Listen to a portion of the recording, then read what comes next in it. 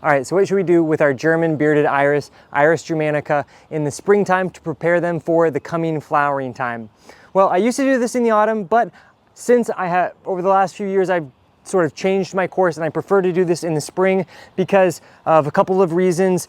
Doing a spring cleaning rather than like a late autumn cleaning, it's going to provide a little bit of an extra habitat for some of our beneficial insects in our garden beds, which is amazing. And also just allowing the greenery to stay on the plants through the winter. It's going to be able to absorb a little bit more sunlight, providing it a little bit more energy for the flowering time. All right, so it's super easy.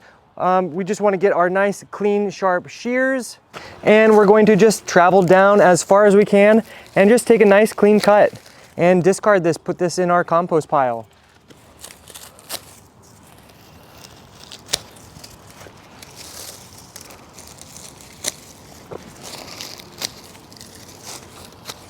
But of course, when we do so, there's still going to be like a ½ inch to an inch worth of green growth down here, and that is perfectly normal. You do want to examine each one of these as you are pruning away to see if there's any discoloration, if there, that could mean some sort of insect, pest, like iris borer, something like that.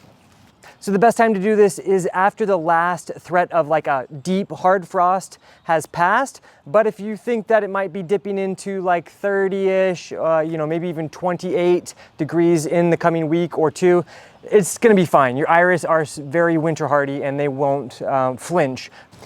And it's really that easy. That's one of the reasons we love iris. They are a cinch to grow and absolutely delightful. Make sure you give this video a like, subscribe to our channel. We're bringing plant-related content every single week. Thanks for joining me here on Plant Vibrations. I'll catch you soon. Ciao.